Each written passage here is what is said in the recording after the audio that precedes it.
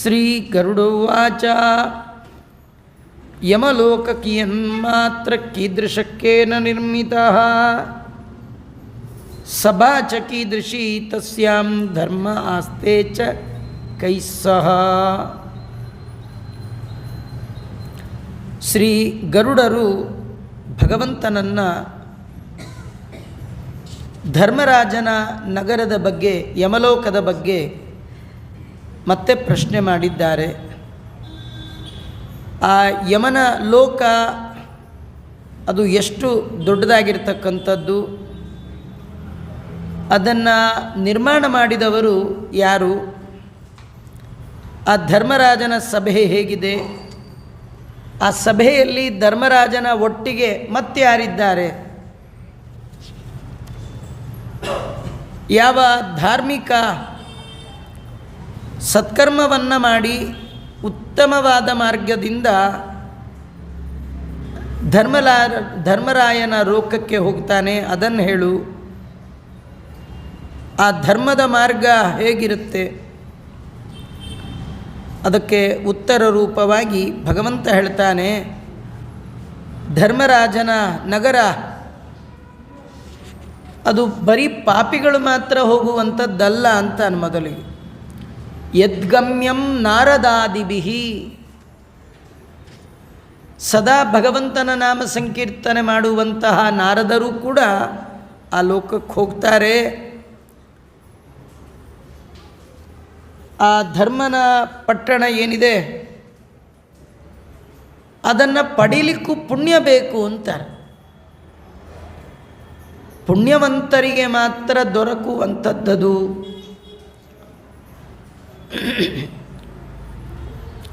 ದಕ್ಷಿಣ ಮತ್ತು ನೈಋತ್ಯ ಕೋನದಲ್ಲಿ ಧರ್ಮರಾಜನ ಪಟ್ಟಣ ಇದೆ. ಅದೆಲ್ಲ ವಜ್ರಮಯವಾದ ಪಟ್ಟಣ ಅಂತ, ಅಭೇದ್ಯವಾದದ್ದು, ದೇವತೆಗಳಿಂದ ನಿರ್ಮಾಣ ಮಾಡಿರ್ತಕ್ಕಂಥದ್ದು. ಯಾರು ಏನು ಮಾಡಿದ್ರೂ ಆ ಪಟ್ಟಣವನ್ನು ಅಲಗಾಡಿಸುವ ತಾಕತ್ತು ಕೂಡ ಯಾರಿಗೂ ಇಲ್ಲ. ಚತುರಸ್ರಂ ಚತುರ್ದ್ವಾರಂ ಉಚ್ಚಪ್ರಾಕಾರ ವೇಷ್ಟಿತಂ ಯೋಜನಾನಾಂ ಸಹಸ್ರಂ ಈ ಪ್ರಮಾಣೇನ ತದುಚ್ಯತೆ. 4000 ಹರಿದಾರಿ ಉದ್ದ ಅಷ್ಟೇ ಅಗಲ ಅದರ ಪಟ್ಟಣ. ಚಚ್ಚೌಕವಾಗಿದೆ, 4 ದಿಕ್ಕು 4 ಬಾಗಿಲು, ಎತ್ತರವಾದ ಕೋಟೆಯ ಗೋಡೆಗಳಿಂದ ಸುತ್ತುವರಿಯಲ್ಪಟ್ಟ ಲೋಕ ಧರ್ಮರಾಜನ ಲೋಕ. ಆ ಪಟ್ಟಣದಲ್ಲಿ ಚಿತ್ರಗುಪ್ತಸ್ಯ ಮಂದಿರಂ 25 ಸಂಖ್ಯಾಕೈ 25 ಯೋಜನ ಉದ್ದಗಲ ಇರುವಂಥದ್ದು ಚಿತ್ರಗುಪ್ತರ ಮನೆ. 10 ಯೋಜನ ಎತ್ತರ ಇದೆ. ಅದರ ಸುತ್ತ ಗೋಡೆ ಲೋಹದಿಂದ ಮಾಡಿರ್ತಕ್ಕಂಥದ್ದು. ಅದರ ಒಳಗೆ ಸಾಕಷ್ಟು ಬೇರೆ ಬೇರೆ ಓಣಿಗಳು, ದಾರಿಗಳು ಇರತಕ್ಕಂಥದ್ದು. ಎಲ್ಲವೂ ಕೂಡ ಉತ್ತಮವಾದ ಧ್ವಜ ಪತಾಕೆಗಳಿಂದ ಶೋಭಾಯಮಾನವಾಗಿರ್ತಕ್ಕಂಥದ್ದು. 4 ಅಂತಸ್ತಿನಲ್ಲಿ 7 ಅಂತಸ್ತಿನ 4 ದಿಕ್ಕಲ್ಲಿಯೂ 7 ಅಂತಸ್ತಿನ ಬಹುಮಹಡಿ ಕಟ್ಟಡಗಳಿದೆಯಂತೆ. ವಿಮಾನ ಗಣ ಸಂಕೀರ್ಣಂ ಗೀತಪಾತ್ರಾದಿನಾದಿದಂ, ಅವುಗಳಲ್ಲಿ ಅಲ್ಲಲ್ಲಿ ಒಳ್ಳೊಳ್ಳೆಯ ಸಂಗೀತ ವಾದ್ಯ ಅದು ಕೇಳ್ತಾ ಇರುತ್ತೆ. ಅದೆಲ್ಲ ಕುಶಲರಾಗಿರ್ತಕ್ಕಂಥ ದೇವಶಿಲ್ಪಿ ಬಿಹಿ ನಿರ್ಮಿತಂ, ದೇವತಾ ಲೋಕದ ಶಿಲ್ಪಿಗಳು ವಿಶ್ವಕರ್ಮ ಅವನ ಕಡೆಯವರೆಲ್ಲ ನಿರ್ಮಾಣ ಮಾಡಿರ್ತಕ್ಕಂಥ ಪಟ್ಟಣ. ನಾವು ಇದುವರೆಗೂ ನರಕ ಅಂದರೆ ಬರೀ ಶಿಕ್ಷೆ ಕೊಡುವ ಜಾಗ ಇಷ್ಟೇ ಕೇಳಿದ್ವಿ. ಆದರೆ ಅಲ್ಲಿ ಒಳ್ಳೊಳ್ಳೆ ಉದ್ಯಾನವನ ಇದೆಯಂತೆ, ನಾನಾ ವಿಧವಾದ ಪಕ್ಷಿ ಸಂಕುಲ, ಅವುಗಳ ಶಬ್ದ, ಅಲ್ಲಿ ಅಲ್ಲಿ ಅಲ್ಲಿ ಗಂಧರ್ವರ ಗಾನ, ಅಪ್ಸರೆಯರ ನರ್ತನ, ಇದೆಲ್ಲ ಇರ್ತಕ್ಕಂಥದ್ದು. ಅಲ್ಲಿ ಚಿತ್ರಗುಪ್ತ ತನ್ನ ಉತ್ತಮವಾದ ಆಸನದಲ್ಲಿ ಕೂತು ಎಲ್ಲ ಮನುಷ್ಯರ ಆಯುಷ್ಯವನ್ನು ಗಣನೆ ಮಾಡ್ತಾ ಇರ್ತಾನಂತೆ. ಇವ್ರದ್ದು 50 ಆಯಿತು, ಇವ್ರದ್ದು 60 ಆಯಿತು, ಯಾರ್ದು ಮಿಸ್ಟೇಕೇ ಇಲ್ಲಂತೆ.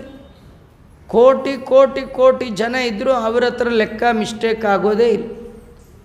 ಅವರ ಅಲ್ಲಿಯ ಲೆಕ್ಕಿಗರು, ಆಯುಷ್ಯವನ್ನು ಲೆಕ್ಕ ಮಾಡುವವರು.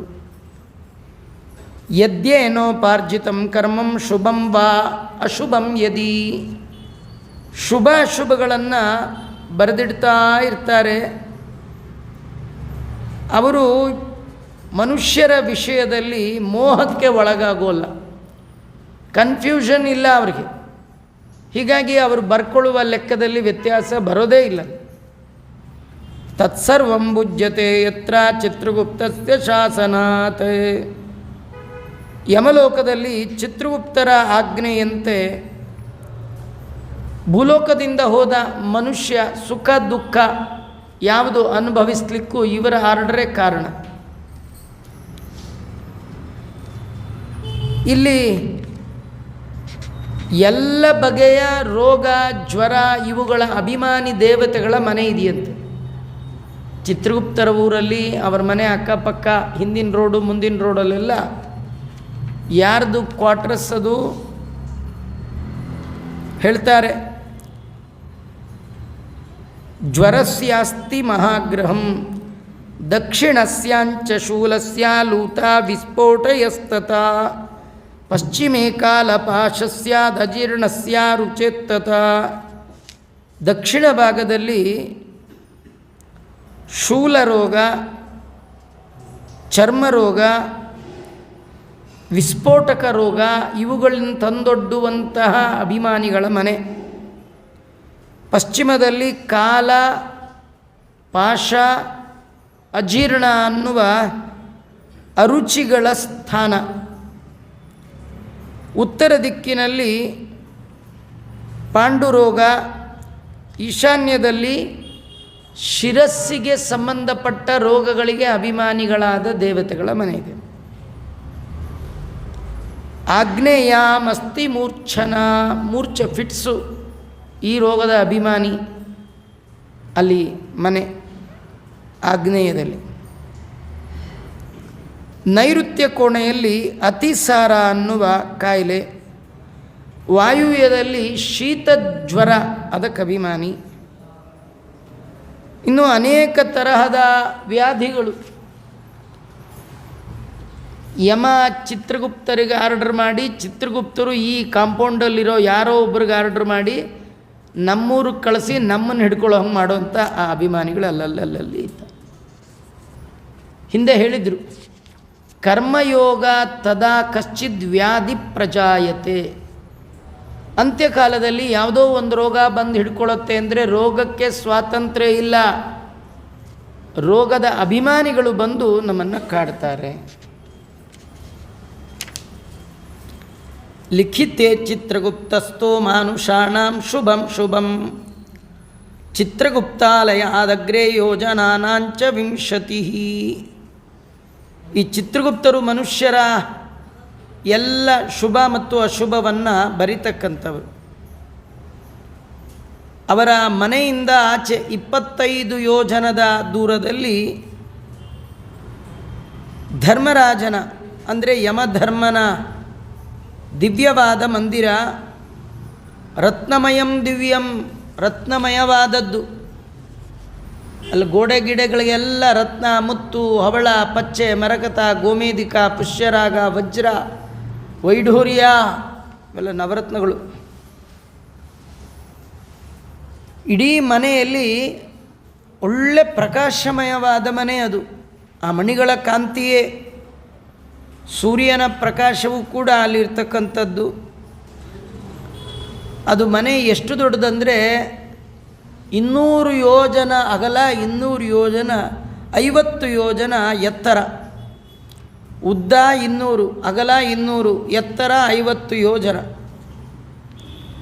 1000 ಕಂಬದಿಂದ ಯುಕ್ತವಾದ ಆ ಮನೆ ಎಲ್ಲ ವೈಢೂರ್ಯ ಮಣಿಗಳಿಂದ ಮಂಡಿತವಾಗಿರ್ತಕ್ಕಂಥದ್ದು. ಮೆಟ್ಟಲುಗಳೆಲ್ಲ ಬಂಗಾರದ ಮಯ ಆಗಿರುತ್ತೆ. ಶಾರದಾಭ್ರನಿಭಂ ರುಕ್ಮ ಕಲಶೈ ಸುಮನೋಹರಂ.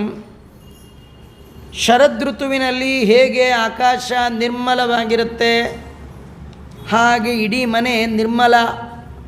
ಮಲ ಅಂದರೆ ಕೊಳೆ, ಕೊಳಕಿಲ್ಲ ಮನೆ ಒಳಗೆ, ಎಲ್ಲಿ ಕೊಳೆ ಇಲ್ಲ. ಆ ಮನೆಗೆ ಸುವರ್ಣ ಕಲಶಗಳಿದೆಯಂತೆ, ಬಂಗಾರದ ಕಲಶ. ಚಿತ್ರ ವಿಚಿತ್ರವಾದ ಸ್ಫಟಿಕದ ಮಣಿಗಳಿಂದ ನಿರ್ಮಿತವಾದ ಸೋಪಾನ. ಸೋಪಾನ ಅಂದರೆ ಮೆಟ್ಲು. ವಜ್ರಕುಟ್ಟಿಮಶೋಭಿತಂ. ಆ ಸೋಪಾನಗಳಿಗೆ ಅಲ್ಲಲ್ಲಿ ಪಚ್ಚೆಗಳನ್ನು ಮೆತ್ತಿರ್ತಾರೆ. ಸುಮ್ಮನೆ ನಾವು ಕೇಳಬೇಕಷ್ಟೆ, ಪಚ್ಚೆ ಅಂದರೆ ಗೊತ್ತೇ ಇಲ್ಲ. ಪಚ್ಚೆ ಅಂದ ತಕ್ಷಣ ಪೆಚ್ಚಾಗ್ಬಿಡ್ತೀವಿ, ಏನೋ ಅದು ಎಲ್ಲಿದೆಯೋ ಏನೋ. ಇದೆಲ್ಲ ಪುರಾಣದಲ್ಲಿ ಅಷ್ಟೇ ಕೇಳಲಿಕ್ಕೆ ಸಾಧ್ಯ. ಹಲಗೆ ವಜ್ರಗಳು ಅಂತ ಕರೀತಾರೆ. ಅವುಗಳನ್ನೆಲ್ಲ ಹಾಕಿ ಮೆಟ್ಲು ಮಾಡಿದಾರಂತೆ. ನಾನಾಶ್ಚರ್ಯಮಯಂ ಸ್ವರ್ಣಂ ಕಪಾಟ ಶತಸಂಕುಲಂ. ಬಾಗಿಲುಗಳು ಅದು ಆಶ್ಚರ್ಯಕರವಾದ ಬಂಗಾರದ ಬಾಗಿಲು. ಇಲ್ಲೇ ನಾವು ಸುಮ್ಮನೆ ಅದು ಸೆನ್ಸಾರ್ ಅಂತ ಹೀಗೆ ಮುಟ್ಟಿದ್ರೆ ಸಾಕು, ಹಿಂಗಂದರೆ ಸಾಕು ಬಾಗಿಲು ತೆಕ್ಕೊಳ್ಳುತ್ತೆ. ಇವಾಗೆಲ್ಲ ಹೊಸ ಹೊಸ ಬೀಗಗಳು, ಸುಮ್ಮನೆ ಮುಟ್ಟಿದ್ರೆ ಬಟನ್ ಪ್ರೆಸ್ ಮಾಡೋದೆಲ್ಲ ಬರುತ್ತೆ. ಇದೆಲ್ಲ ಇವತ್ತಿನ ನೀವು, ಆದರೆ ಯಾವತ್ತೋ ಇವೆಲ್ಲ ದೇವಲೋಕದಲ್ಲಿ ವಿಚಿತ್ರ ವಿಚಿತ್ರ ಬಾಗಿಲು. ಇಲ್ಲಿ ಕೆಲವ್ರು ಹೋದರೆ ಬಾಗಿಲು ತೆಕ್ಕೊಳ್ಳುತ್ತೆ ನೋಡಿ, ಅಲ್ಲಿ ಅಷ್ಟೇ. ಅದು ಕೆಲವು ಬಾಗಿಲು ಥರ ಇರುತ್ತೆ, ಬಾಗಿಲಲ್ಲ. ಕೆಲವರು ಗೋಡೆ ಥರ ಇರುತ್ತೆ, ಅದು ಗೋಡೆ ಅಲ್ಲ.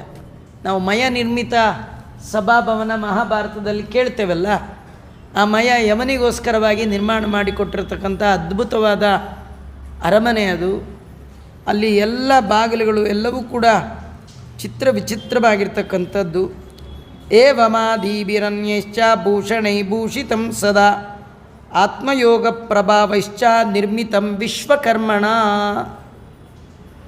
ಆತ್ಮಯೋಗ ಪ್ರಭಾವೈ. ವಿಶ್ವಕರ್ಮ ತನ್ನೆಲ್ಲ ಚಾತುರ್ಯವನ್ನು ಉಪಯೋಗ ಮಾಡಿ ಯಮಧರ್ಮನಿಗಾಗಿ ನಿರ್ಮಾಣ ಮಾಡಿಕೊಟ್ಟಂಥ ಸುಂದರವಾದ ಅರಮನೆ ಅದು. ಯಮ ಅಂದರೆ ಸಾಮಾನ್ಯ ಅಲ್ಲ, ಭಗವದ್ಭಕ್ತ. ಷಷ್ಠಸ್ಕಂದ ಭಾಗವತದಲ್ಲಿ ಯಮದೇವರೇ ಆ ಭಗವಂತನನ್ನು ಬಗೆ ಬಗೆಯಿಂದ ಕೊಂಡಾಡಿದ್ದಾರೆ ತನ್ನ ದೂತರ ಮುಂದೆ. ಇಂಥ ಭಗವದ್ಭಕ್ತನಿಗೆ ಭಗವಂತ ವಿಶ್ವಕರ್ಮನಿಂದ ನಿರ್ಮಾಣ ಮಾಡಿಕೊಟ್ಟಂಥ ಅದ್ಭುತವಾದ ಅರಮನೆ. ತಸ್ಮಿನ್ನತ್ತಿ ಸಭಾ ದಿವ್ಯ ಶತಯೋಜನ ಮಾಯುತ ಅರ್ಕಪ್ರಭಾಜಪರಾಜಿಷ್ಣು ಸರ್ವತಃ ಕಾಮರೂಪಿಣಿ. ಅಲ್ಲಿ ಈ ಒಂದೊಂದು ಸಭಾಭವನ ಇದೆ, ಯಮ ಧರ್ಮರಾಜರದು ಸಭಾಭವನ. 100 ಯೋಜನ ಉದ್ದ, 100 ಯೋಜನ ಅಗಲ ಸಭಾಭವನ. ಒಳ್ಳೆ ಪ್ರಕಾಶಮಾನವಾಗಿದೆ. ಸರ್ವತಃ ಕಾಮರೂಪಿಣಿ, ಆಲ್ ಸೀಸನ್ಗೆ ಉಕ್ತವಾದದ್ದು. ನಿಮಗೇನು ನೀವು ಒಬ್ಬೊಬ್ಬರೇ ಕೂತೋರು ನಮ್ಗೆ ಸ್ವಲ್ಪ ಥಂಡಿ ಆಗ್ತಾ ಇದೆಯಲ್ಲ ಅಂದರೆ ಬಿಸಿ ಗಾಳಿ ಬರುತ್ತೆ, ನಮ್ಗೆ ಯಾಕೋ ಸೆಕೆ ಆಗ್ತಿದೆಯಲ್ಲ ಅಂದರೆ ಅದೇ ಕಂಟ್ರೋಲ್ ಆಗುತ್ತೆ. ಸಾರ್ವಕಾಲಿಕವಾದದ್ದು, ಸುಖವಾಗಿರ್ತಕ್ಕಂಥದ್ದು, ಮನಸ್ಸೋ ಇಚ್ಛೆ ಇರ್ತಕ್ಕಂಥದ್ದು. ನೀವು ಕೂತು ಏನು ಬಯಸ್ತೀರಿ ಅದೆಲ್ಲ ಅಲ್ಲಲ್ಲೇ ಬಂದುಬಿಡ್ಬೇಕು ಅಂಥದ್ದು. ಹೇಗಿದೆ ಅದು ಅರಮನೆ ನೋಡಿ. ನಾತಿ ಶೀತ ನಾತ್ಯುಷ್ಣ ಮನಸ್ಸೋತ್ಯಂತ ಹರ್ಷಿಣಿ. ಅಲ್ಲಿ ತುಂಬ ಥಂಡಿನೂ ಆಗಲ್ಲಂತೆ, ತುಂಬ ಸೆಕೆನೂ ಆಗಲ್ಲಂತೆ. ಅಲ್ಲ ಏನಾಗಲ್ವ, ಆಗತ್ತೆ, ಏನಾಗತ್ತೆ, ಅತ್ಯಂತ ಹರ್ಷಿಣಿ. ಯಾರ್ಯಾರಿಗೆ ಹೇಗಿದ್ದರೆ ಆನಂದವೋ ಅಲ್ಲಿ ಕೂತ್ರೆ ಎದ್ದೇಳಬೇಕು ಅನ್ಸಲ್ಲ. ಕೆಲವು ಕಡೆ ಯಾವಾಗ ಎದ್ದು ಹೋಗ್ತೀವಪ್ಪ ಅನ್ನಿಸ್ತಿರುತ್ತೆ, ಸಾಕಾಗಿ ಹೋಯ್ತು ನನಗೆ ಅಂತ.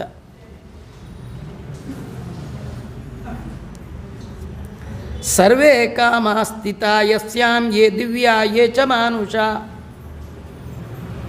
ಯಮಲೋಕದಲ್ಲಿ ಏನು ವಿಶೇಷ ಗೊತ್ತಾ, ದೇವತೆಗಳಿಗೆ ಭೋಗ್ಯವಾದದ್ದು ಇದೆಯಂತೆ. ಅಯ್ಯೋ ನಮಗೆ ಬೇಕಾದ ಸಿಗುತ್ತೋ ಇಲ್ವೋ ಇಲ್ಲಿ ಅಂತ ಅಂದ್ಕೊಳ್ಳೋ ಹಾಗಿಲ್ಲ. ಮನುಷ್ಯರು ಬಯಸುವ ಪದಾರ್ಥಗಳು ಇದೆಯಂತೆ. ದೇವಯೋಗ್ಯವಾದದ್ದಕ್ಕೆ ದಿವ್ಯ ಅಂತಾರೆ, ಮನುಷ್ಯ ಯೋಗ್ಯವಾದದ್ದಕ್ಕೆ ಭವ್ಯ ಅಂತಾರೆ. ಭವ್ಯ ಪದಾರ್ಥಗಳು ದಿವ್ಯ ಭುವಿಗೆ ಸಂಬಂಧಪಟ್ಟದ್ದು ಭವ್ಯ, ದಿವಿಗೆ ಸಂಬಂಧಪಟ್ಟದ್ದು ದಿವ್ಯ ಎರಡೂ ಪದಾರ್ಥಗಳು ಅಲ್ಲಿ ಸಿಗತ್ತೆ. ಮತ್ತೇನು ಆಶ್ಚರ್ಯ ಅಂದರೆ ಅಲ್ಲಿ ಹೋದರೆ ದುಃಖನೇ ಇಲ್ಲ. ನ ಶೋಕ ನ ಜರ. ಜರ ಅಂದರೆ ಮುಪ್ಪಿಲ್ಲ, ದುಃಖ ಇಲ್ಲ. ನಿಮಗಿನ್ನೂ ಆಶ್ಚರ್ಯ ಗೊತ್ತಾ, ಅಲ್ಲಿ ಹೋದವ್ರಿಗೆ ಹಸಿವೇನೇ ಆಗಲ್ಲ.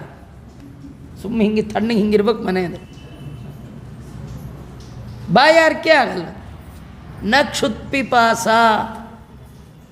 ದಾಸರಾಯರು ವೈಕುಂಠದ ಬಗ್ಗೆ ವರ್ಣನೆ ಮಾಡುವಾಗ ಹೇಳ್ತಾರೆ, ಉಣ್ಣುವ ದುಃಖ ಇಲ್ಲ ಅಲ್ಲಿ ಅಂತ. ಉಣ್ಣೋದು ಯಾಕೆ ದುಃಖ? ಅಯ್ಯೋ ದುಃಖ ರೀ, ಯಾಕಂದರೆ ತಿನ್ನೋದು 10 ನಿಮಿಷ, ಅದರ ಪ್ರಿಪ್ರೇಷನ್ನು ಗಂಟುಗಟ್ಟಲೆ, ಆಮೇಲೆ ಅದ್ರ ತೊಳೆಯೋದು ಬಳಿಯೋದು ಅದಿನ್ನೂ ಗಂಟುಗಟ್ಟಲೆ. ಅದಕ್ಕೆ ನಮ್ಮಲ್ಲಿ ಏನು ತಿಂತೀವಿ, ತೊಳೆಯೋ ಬಳಿಯೋ ಪ್ರೋಗ್ರಾಮ್ ಇಲ್ಲ. ಸುಮ್ಮನೆ ಜಸ್ಟ್ ಆನ್ಲೈನ್ ಸ್ವಿಗ್ಗಿ ಬಂದುಬಿಡುತ್ತೆ. ಜೊಮ್ಯಾಟೊ, ಸ್ವಿಗ್ಗಿ, ಸುಟ್ಟು ಸುಡುಗಾಡು.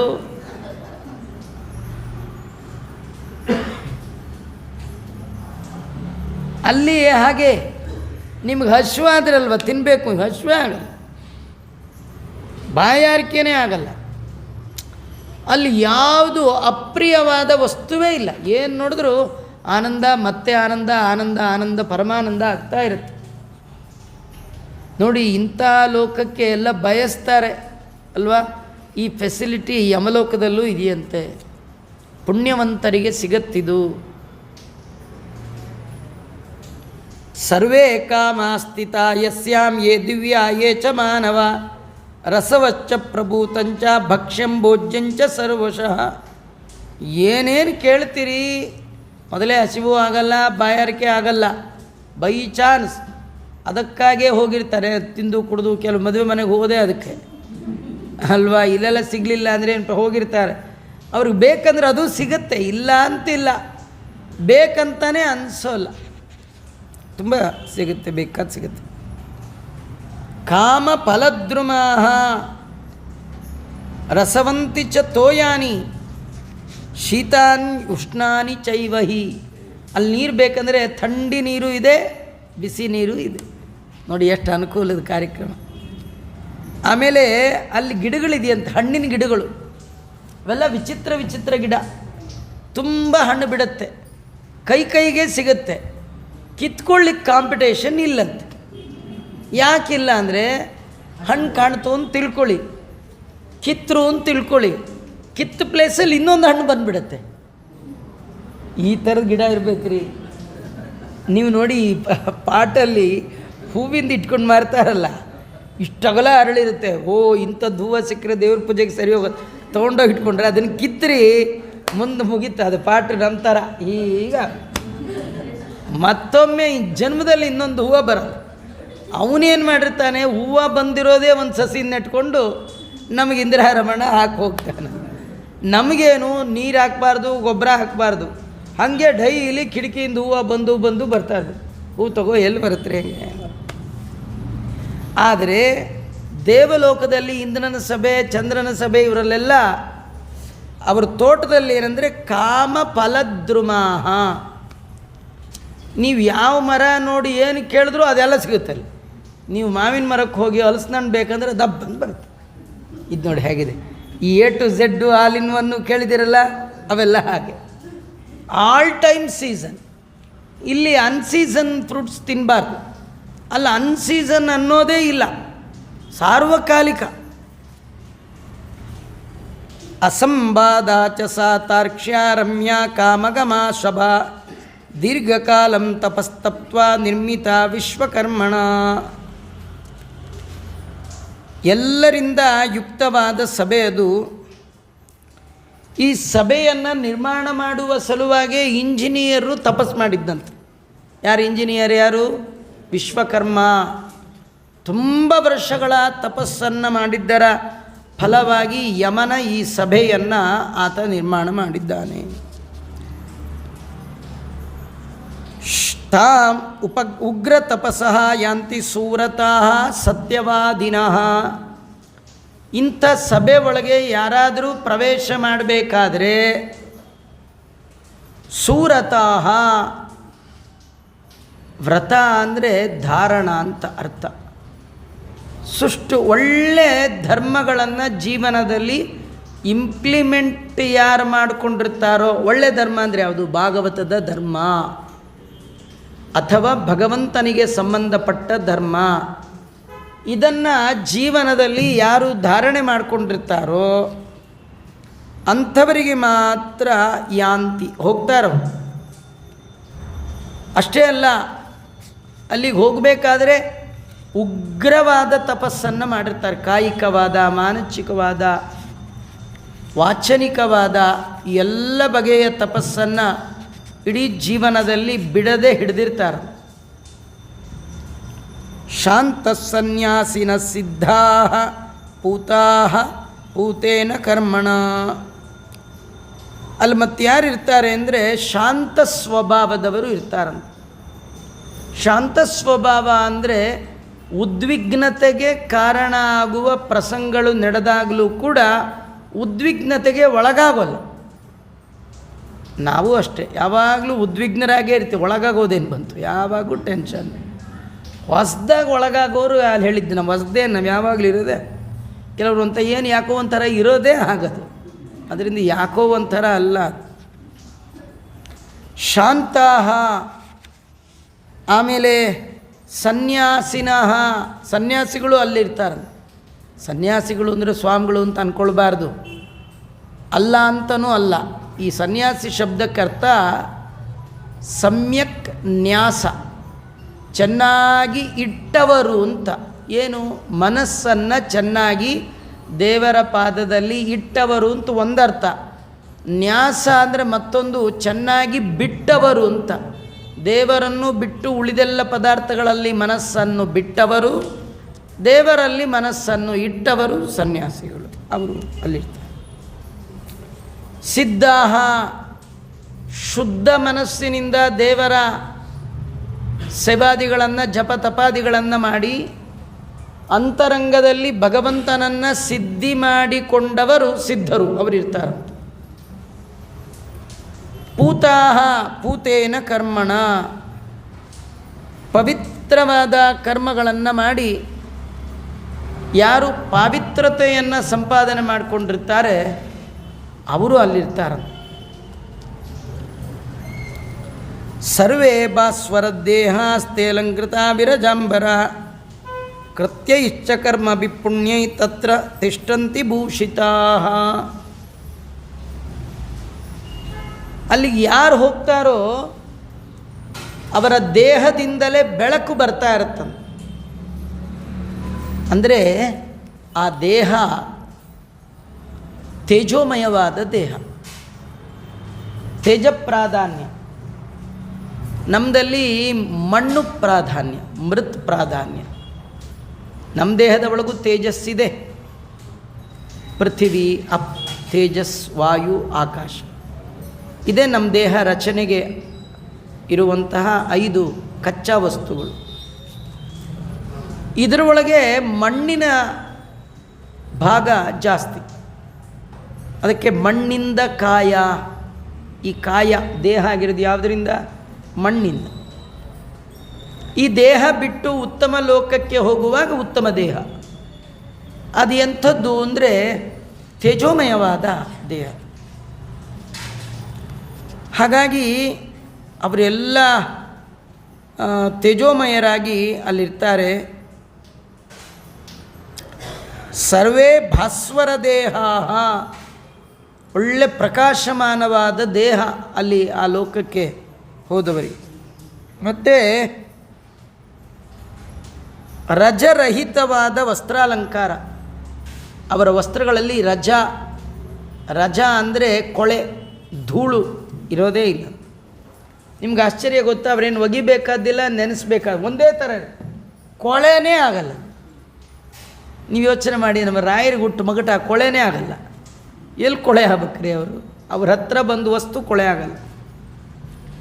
ಇನ್ನು ಯಾರು ಭಗವಂತನನ್ನು ಹೃದಯದಲ್ಲಿ ಸಿದ್ಧ ಮಾಡಿಕೊಂಡಿರ್ತಾರಂಥ ಜ್ಞಾನಿಗಳು ಉತ್ತಮವಾದ ವಸ್ತ್ರದಿಂದ ಅಲಂಕೃತರಾಗಿರ್ತಾರೆ. ಪುಣ್ಯ ಕರ್ಮಗಳನ್ನು ಮಾಡಿ ಅಲ್ಲಿ ಸೇರಿರ್ತಾರೆ. ಅಲ್ಲಿ ಹೋಗಿದ್ದೇ ಸತ್ಕರ್ಮಗಳ ಮಾಡಿದ್ದರ ಫಲವಾಗಿ. ಅಷ್ಟೇ ಅಲ್ಲ, ಅಲ್ಲಿ ಇರುವವರ ಮಧ್ಯದಲ್ಲಿ ಶೋಭಾಯಮಾನರಾಗ್ತಾರೆ. ನೋಡಿ, ಇದಕ್ಕಾಗಿ ಪ್ರಾಣ ಇರುವಾಗ ದೇಹದ ಒಳಗೆ ದೇವರು ಈ ಜನ್ಮ ಕೊಟ್ಟಾಗ ಸತ್ಕರ್ಮವನ್ನು ಮಾಡಬೇಕು. ಒಳ್ಳೆ ಮನೆ ಕಟ್ಟಬೇಕು ಅಂತ ಕಷ್ಟಪಟ್ಟು ದುಡಿತೀರಿ, ಒಳ್ಳೆ ವಿದ್ಯೆ ಬೇಕು ಓದ್ತೀರಿ, ಒಳ್ಳೆ ಸಂಬಳ ಬೇಕು ಕೆಲಸ ಮಾಡ್ತೀರಿ, ಹಾಗೆ ಒಳ್ಳೆ ಲೋಕ ಬೇಕು ಅಂತ ಸತ್ಕರ್ಮ ಮಾಡಬೇಕು ಬೇಡೋ? ಮಾಡಬೇಕು ತಿಳಿಸ್ತಾ ಇದ್ದಾರೆ. ತಸ್ಯಾಂ ಸಧರ್ಮೋ ಭಗವಾನ್ ಆಸನೆ ಉಪಮೇ ಶುಭೆ ದಶಯೋಜನ ವಿಸ್ತೀರ್ಣೆ ಸರ್ವರತ್ನೈ ಸುಮಂಡಿತೆ. ಆ ಸಭೆಯ ಮಧ್ಯದಲ್ಲಿ ಒಂದು ಸಿಂಹಾಸನ, ಅದಕ್ಕೆ ಹೋಲಿಕೆಯೇ ಇಲ್ಲಂತೆ. ಈ ಥರ ಇದೆ ಅಂತ ಹೇಳಲಿಕ್ಕೆ ಮತ್ತೊಂದಿಲ್ಲ. ಅನುಪಮೆ, ಉಪಮ ಅಂದರೆ ಉದಾಹರಣೆ. ಯಮಧರ್ಮರಾಜ ಕುಳಿತುಕೊಳ್ಳುವ ಆಸನಕ್ಕೆ ಉಪಮೆ ಇಲ್ಲ. ಯಾಕೆ, ಏನು ಪ್ರಾಬ್ಲಮ್? ಆ ಥರದ್ದೆಲ್ಲಿ ಇಲ್ಲ. ಯಾಕಿಲ್ಲ ಅಂದರೆ ದಶಯೋಜನ ವಿಸ್ತೀರ್ಣೆ. ಆಸನ ಎಷ್ಟು ದೊಡ್ಡದು ಅಂದರೆ 10 ಯೋಜನ ಅಂತೆ. ಕೆಲವರು ಕೂತ್ಕೊಳ್ಳಿ ಅಂತ ಅಂದೇ ಅಂತಾರ್ರಿ. ಪುಟಾಚಿ ಸೀಟು, ಎಲ್ಲಿ ಕೂತ್ಕೋಬೇಕ್ರಿ?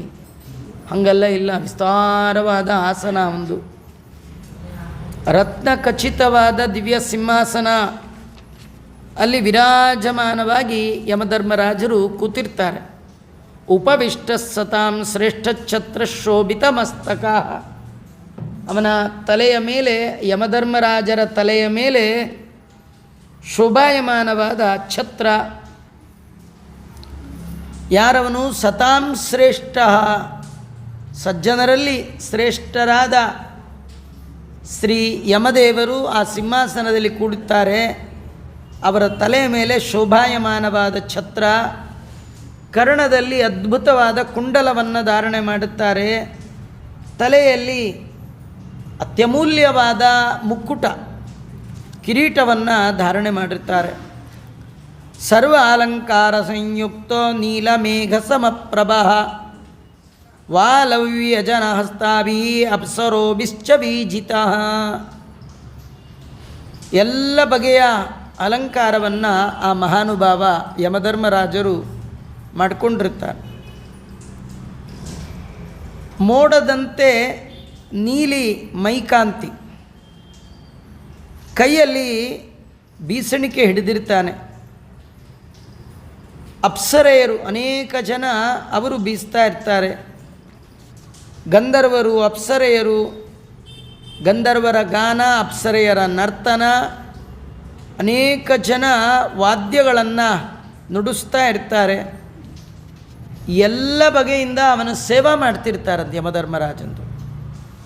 ಮೃತ್ಯುನಾಪಾಶಾಸ್ತೇನ ಕಾಲೇನ ಚ ಬಲೀಯಸ ಚಿತ್ರಗುಪ್ತೇನ ಚಿತ್ರೇಣ ಕೃತಾಂತೇನ ನಿಷೇವಿತಃ.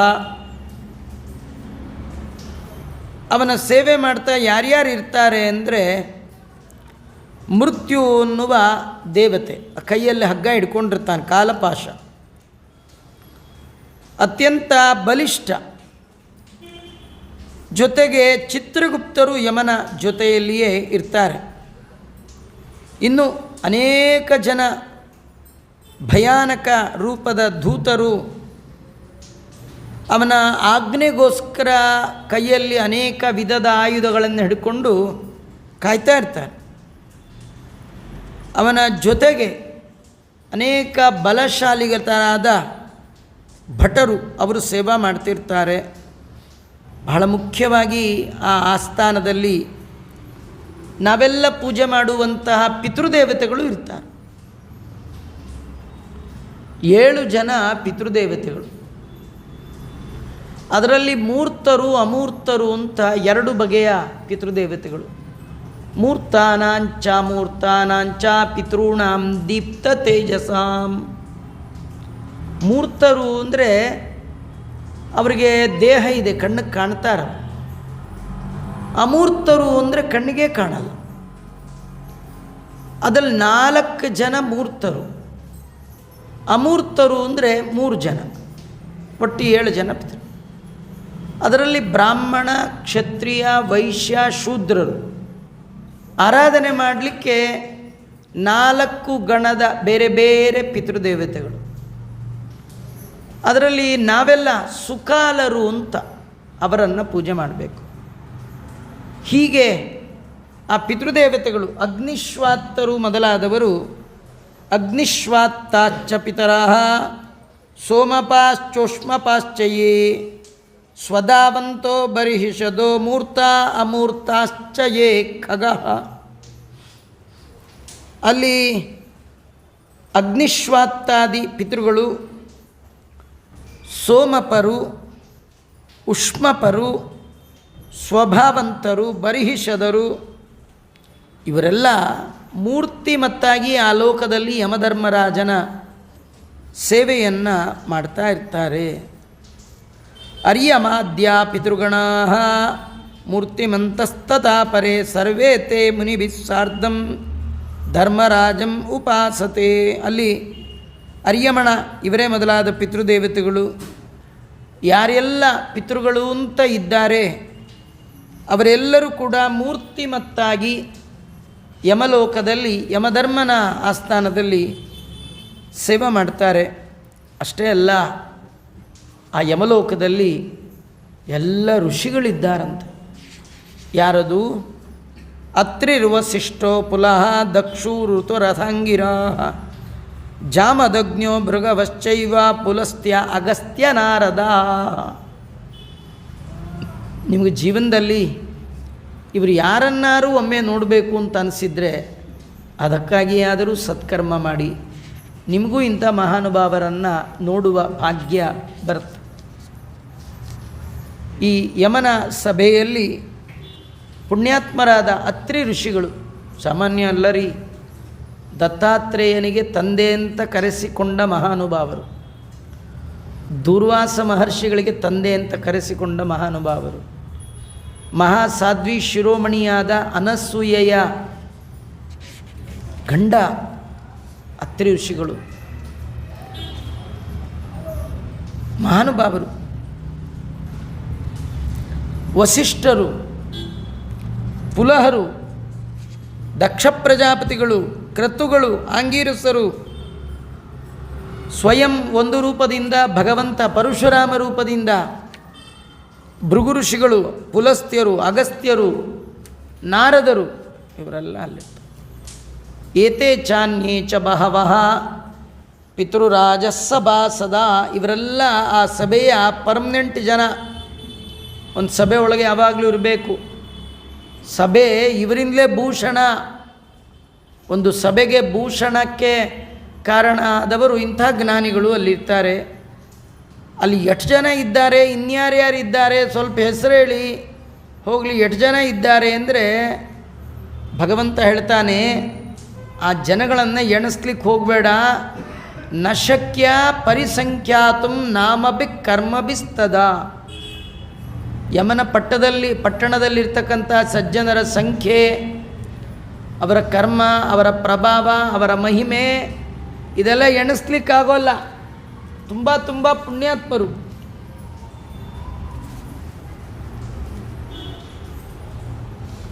ಅವ್ರು ಏನು ಮಾಡ್ತಿರ್ತಾರಲ್ಲ, ಅವ್ರಿಗೇನು ಕೆಲಸ?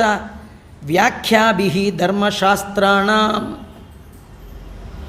ಧರ್ಮಶಾಸ್ತ್ರದ ವ್ಯಾಖ್ಯಾನ ಮಾಡ್ತಾ ಇರ್ತಾರಂತೆ. ಅವರು ಯಾವುದು ಧರ್ಮ ಯಾವುದು ಅಧರ್ಮ ಅಂತ ನಿರ್ಣಯದಲ್ಲಿ ಏನಾದ್ರು ಸಂಶಯ ಬಂದರೆ ಡಿಸಿಷನ್ ಕೊಡೋರು ಅವರು. ಯಮ ತನ್ನ ಮನಸ್ಸೋ ಇಚ್ಛೆ ಮಾಡೋವನ್ನೆಲ್ಲ ಇಟ್ಕೊಂಡಿರ್ತಾನಲ್ಲೇ. ಅಂಥವರು ಮಹಾತ್ಮರು. ರಾಜಾನ ಸೂರ್ಯವಂಶೀಯ ಸೋಮವಂಶಸ್ಯ ತಥಾ ಪರೇ. ಸೋಮ ಸೂರ್ಯ ವಂಶದಲ್ಲಿ ಬಂದ ಅನೇಕ ರಾಜರು ಅಲ್ಲಿದ್ದಾರೆ. ಯಾರು? ಮನು ಮಹಾರಾಜ ಅಲ್ಲಿದ್ದಾನೆ, ದಿಲೀಪ ಮಹಾರಾಜ ಅಲ್ಲಿದ್ದಾನೆ, ಮಾಂದಾತ ಅಲ್ಲಿದ್ದಾನೆ, ಸಗರ, ಭಗೀರಥ, ಅಂಬರೀಷ, ಅನರಣ್ಯ, ಮುಚುಕುಂದ, ನಿಮಿ, ಪೃಥುಚಕ್ರವರ್ತಿ, ಯಯಾತಿ, ನಹುಷ. ನೀವು ಯಾರೆಲ್ಲರನ್ನ ಭಾಗವತದಲ್ಲಿ ಭಗವಂತನ ಭಕ್ತರು ಅಂತ ಕೇಳಿದ್ದೀರಿ ಅವರೆಲ್ಲ ಎಲ್ಲಿದ್ದಾರೆ? ನರಕ. ಹೌದಾಚಾರ್ಯ, ಮತ್ತು ಯಾಕೆ ಯೋಚನೆ ಮಾಡಬೇಕ್ರಿ? ಸತ್ಕರ್ಮ ಮಾಡಿದವ್ರಿಗೆ ಅಲ್ಲಿಯೂ ಕೂಡ ಇಂಥ ಸಜ್ಜನರ ಸಹವಾಸ ಆಗೋದಾದರೆ ಇರಲಿ. ಇಂಥ ಆದರೆ ನರ್ಕಕ್ಕೆ ಹೋದವ್ರಿಗೆಲ್ಲ ಈ ಪ್ಲೇಸ್ಗೆ ಹಾಕಲ್ಲ. ಟ್ರೈನ್ ಒಂದೇ ರೀ, ಹೆಚ್ಚು ದುಡ್ಡಿದ್ದರೆ ಎ ಸಿ ಒಳಗೆ ಕೂಡಿಸ್ತಾರೆ, ಕಡಿಮೆ ದುಡ್ಡು ಕೊಟ್ಟಿದ್ರೆ ಅದು ಯಾವ ಜನರಲ್ ಕಂಪಾರ್ಟ್ಮೆಂಟ್. ನಾವು ಧನ ಸಾಧನ ಇಲ್ಲದವು, ನರಕಲೋಕ ಒಂದೇ, ನಮ್ಮದು ಜನರಲ್ ಕಂಪಾರ್ಟ್ಮೆಂಟ್. ಅವರು ಸಾಧನ ಹೆಚ್ಚು ಮಾಡೋದು ಸ್ಪೆಷಲ್ ಅವರು. ಭರತ, ಶಂತನು, ಪಾಂಡು ಇವರೆಲ್ಲ ಏತೇ ರಾಜರ್ಷಯ ಪುಣ್ಯ ಕೀರ್ತಿಮಂತೋ ಬಹುಶ್ರುತ. ತುಂಬ ಅಧ್ಯಯನ ಸಂಪನ್ನರು, ತುಂಬ ಶಾಸ್ತ್ರಶ್ರವಣ ಮಾಡಿದ ಮಹಾನುಭಾವರು, ಕೀರ್ತಿಯನ್ನು ಪಡೆದವರು, ಅನೇಕ ಬಾರಿ ರಾಜಸೂಯಾಶ್ವಮೇಧ ಯಜ್ಞವನ್ನು ಭಗವಂತನ ಪ್ರೀತಿಗಾಗಿ ಮಾಡಿದವರು. ಇಂಥವ್ರಿಗೆ ಮಾತ್ರ ಧರ್ಮರಾಜನ ಮುಂದೆ ಉಚಿತವಾದ ಸೀಟಲ್ಲಿ ಆಸನದಲ್ಲಿ ಕೂತ್ಕೊಳ್ಳೋ ಯೋಗ್ಯತೆ. ಅವರಲ್ಲಿ ಕೂತಿರ್ತಾರೆ. ಸಭಾಯಾಂ ಧರ್ಮರಾಜಸ್ಯ ಧರ್ಮ ಏವ ಪ್ರವರ್ತತೆ ನ ತತ್ರ ಪಕ್ಷಪಾತೋಸ್ತಿ ನಾನೃತಂ ನ ಚ ಮತ್ಸರ. ಅವನ ಲೋಕದಲ್ಲಿ ಯಮಧರ್ಮರಾಜನ ಸಭೆಯಲ್ಲಿ ಹೊಟ್ಟೆ ಕಿಚ್ಚಿಲ್ಲ, ಸುಳ್ಳು ಹೇಳೋ ಹಾಗಿಲ್ಲ, ಪಕ್ಷಪಾತ ಇಲ್ಲ. ಅದಕ್ಕೆ ನಮಗಲ್ಲಿ ಜಾಗ ಇಲ್ಲ. ಈ ಮೂರು ನಮ್ಮಲ್ಲೇ ಇರೋವು. ಪಕ್ಷಪಾತ ಅವ್ರು ಯಾರು ನಮ್ಮ ಕಡೆ ಇರೋರು ಸ್ವಲ್ಪ ಸರಿಯಾಗಿ ನೋಡ್ಕೊಳ್ಳಿ. ಹೋಯ್ತು ಗೋವಿಂದ. ನಮ್ಗೆ ಹೊಟ್ಟೆ ಕಿಚ್ಚಂತೂ ಬರೀ ಅದೇ. ಇನ್ನು ಹೊಟ್ಟೆ ನೋವಿದ್ದರೆ ಔಷಧಿ ಸಿಗತ್ತೆ. ಡಾಕ್ಟ್ರ್ ಹತ್ರ ಹೋಗಿ ಹೊಟ್ಟೆ ಕಿಚ್ಚು, ಪಕ್ಕದ ಮನೆಯವ್ರ ಮೇಲೆ ಬಿಲ್ಡಿಂಗ್ ಕಟ್ಟಿಬಿಟ್ಟಿದ್ದಾರೆ, ಏನಾರ ಒಂದು ಟ್ರೀಟ್ಮೆಂಟ್ ಕೊಡಿ ಅಂದರೆ ಅವ್ರಿಗೇನಿದೆ ರೀ ಟ್ರೀಟ್ಮೆಂಟು, ಹೊಟ್ಟೆ ಕಿಚ್ಚಿಗಿಲ್ಲ. ಸುಳ್ಳಂತೂ ಮುಗದೇ ಹೋಯ್ತು. ಅದು ನಮ್ಮ ಮನೆ ದೇವರು. ಸುಳ್ಳು ನಮ್ಮಲ್ಲಿಲ್ಲ, ಸುಳ್ಳೇ ನಮ್ಮ ಮನೆ ದೇವರು. ಅಂದರೆ ಹೇಗೆ ಮನೆ ದೇವರನ್ನ ಬಿಡಬಾರ್ದು, ಆಗ ನಾವು ಯಾರನ್ನ ಇಟ್ಕೊಂಡಿದ್ದೀವಿ ನಮ್ಮ ಜೀವನದಲ್ಲಿ? ಸುಳ್ಳು. ಬೆಳಗ್ಗೆಯಿಂದ ರಾತ್ರಿವರೆಗೂ ಸುಳ್ಳು ಸುಳ್ಳು ಸುಳ್ಳು. ಸುಮ್ಮನೆ ಕೆಲವ್ರ ಹೆಸರು ಜೊತೆಗೆ ಸತ್ಯ ಇಟ್ಕೊಂಡ್ರೆ ನಾವು ಸತ್ಯ ಆಗೋಲ್ಲ. ಸುಳ್ಳು ಬಿಡಬೇಕು ಅಲ್ವಾ? ಬರೀ ಸುಳ್ಳು ಸುಳ್ಳು ಸುಳ್ಳು ಮಾತಾಡಬಾರ್ದಂತ. ಸಭ್ಯಾ ಸರ್ವೇ ಶಾಸ್ತ್ರವಿದ ಸರ್ವೇ ಧರ್ಮಪರಾಯಣ ತಸ್ಯಾಂ ಸಭಾಯಾಂ ಸತತಂ ವೈವಸ್ವತಮುಪಾಸತೆ.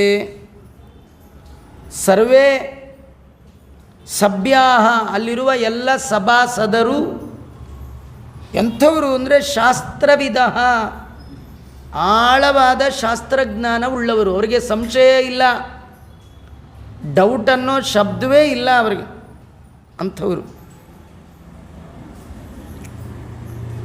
ಸರ್ವೇ ಧರ್ಮಪರಾಯಣ ತಸ್ಯಾಂ ಸಭಾಯಾಂ ಸತತಂ. ಇಂಥ ಸಭೆಯಲ್ಲಿ ಯಮಧರ್ಮರಾಜ ಇರ್ತಾನೆ. ಅವನನ್ನು ಎಲ್ಲರೂ ಸೇವಾದಿಗಳನ್ನು ಮಾಡ್ತಿರ್ತಾರೆ. ಈ ದೃಶಿ ಸಾ ಸಭಾ ತಾರ್ಕ್ಷ್ಯ ಧರ್ಮಜ್ಞೋ ಮಹಾತ್ಮನ. ನೋಡಿ, ಇಂಥ ಅದ್ಭುತವಾದ ಸಭೆ ಯಮಂದು. ನತಾಂ ಪಶ್ಯಂತಿ ಯೇ ಪಾಪಾಹ ದಕ್ಷಿಣೇನ ಪಥಾಗತಾಃ. ದಕ್ಷಿಣ ದಿಕ್ಕಿನಲ್ಲಿ ಹೋದ ಪಾಪಿಗಳಿಗೆ ಈ ಸಭೆ ಕಣ್ಣಿಗೆ ಬೀಳೋಲ್ಲ. ಈ ಸಭೆಗೆ ಅವರು ಹೋಗಲ್ಲ. ಇಲ್ಲಿರೋ ಯಾರನ್ನು ನೋಡುವ ತಾಕತ್ತು ಅವರಿಗಿಲ್ಲ. ಧರ್ಮರಾಜಪುರೇ ಗಂತಂ ಚತುರ್ಭಾಗ ಭವಂತಿ ಚ ಪಾಪೀನಾಂ ಗಮನೆ ಪೂರ್ವಂ ಸುತುತೆ ಪ್ರಕೀರ್ತಿತ. ಧರ್ಮರಾಜನ ಈ ಪಟ್ಟಣಕ್ಕೆ 4 ದಿಕ್ಕಲ್ಲಿ 4 ಬಾಗಿಲಿದೆ. ನಿಂಗಿಂದೆ ಹೇಳಿದ್ದೇನೆ, ಈ ಧರ್ಮರಾಜನಿಗೆ 4 ಪಟ್ಟಣ, 4 ಬಾಗಿಲಲ್ಲಿ ಪಾಪಿಗಳು ಹೋಗುವ ಬಾಗಿಲು ದಕ್ಷಿಣ ದಿಕ್ಕಿನಿಂದ ಹೋಗುವ ಬಾಗಿಲು. ಅದನ್ನೆಲ್ಲ ನಿನಗೆ ವರ್ಣನೆ ಮಾಡಿದ್ದೀನಿ. ಪೂರ್ವಾದಿಭಿಸ್ತ್ರಿಭಿರ್ಮಾರ್ಗೈ ಏಗತಾ ಧರ್ಮ ಮಂದಿರೇ. ಪೂರ್ವ ದಿಕ್ಕೇ ಮೊದಲಾದ 3 ದಿಕ್ಕುಗಳಲ್ಲಿ, ಪೂರ್ವ, ಉತ್ತರ ಮತ್ತು ಪಶ್ಚಿಮ, ಈ ದಿಕ್ಕಿನಲ್ಲಿ ಹೋಗುವಂತಹ ಸಜ್ಜನರು, ಅವರ ಬಗ್ಗೆ ಹೇಳ್ತೇನೆ ಕೇಳು. ತೇ ವೈ ಸುಕೃತಿನ ಪುಣ್ಯೈ ತಸ್ಯಾಂಗಚ್ಚಂತಿ ತಾಂ ಶೃಣು. ಯಾರು ಹೋಗ್ತಾರೆ, ಯಾವ ಕರ್ಮ ಆ ದಾರಿಯಲ್ಲಿ ಹೋಗಲಿಕ್ಕೆ ನಿಮಗೆ ಪರ್ಮಿಷನ್ ಕೊಡುತ್ತೆ, ಅದನ್ನು ಹೇಳ್ತೇನೆ. ಪೂರ್ವ ಮಾರ್ಗಸ್ತು ತತ್ರೈಕ ಸರ್ವಭೋಗ ಸಮನ್ವಿತ. ಅದೊಂದು ಪೂರ್ವದ್ದೊಂದು ಬಾಗಿಲಿದೆಯಪ್ಪ ಗರುಡ.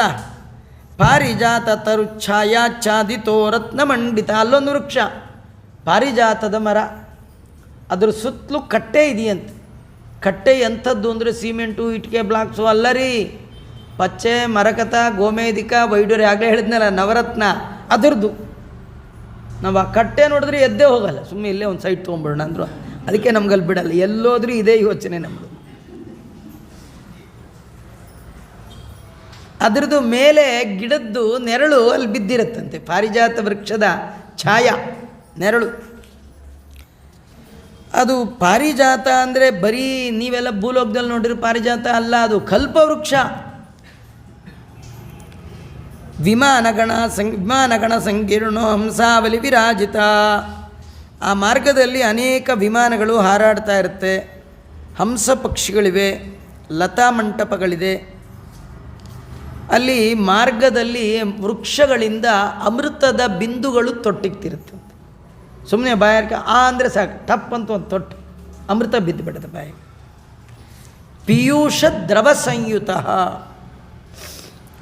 ತೇನ ಬ್ರಹ್ಮರ್ಷಯೋ ಯಾಂತಿ ಪುಣ್ಯರಾಜರ್ಷಯೋ ಮಲ ಅಪ್ಸರೋ ಗಣಗಂಧರ್ವಂ ವಿದ್ಯಾಧರ ಮಹೋರಗ. ಆ ಮಾರ್ಗದಲ್ಲಿ ಯಾರ್ಯಾರು ಹೋಗ್ತಾರೆ ಅಂದರೆ ಪವಿತ್ರಾತ್ಮರಾದ ಬ್ರಹ್ಮ ಋಷಿಗಳು ಅಲ್ಲಿ ಹೋಗ್ತಾರೆ,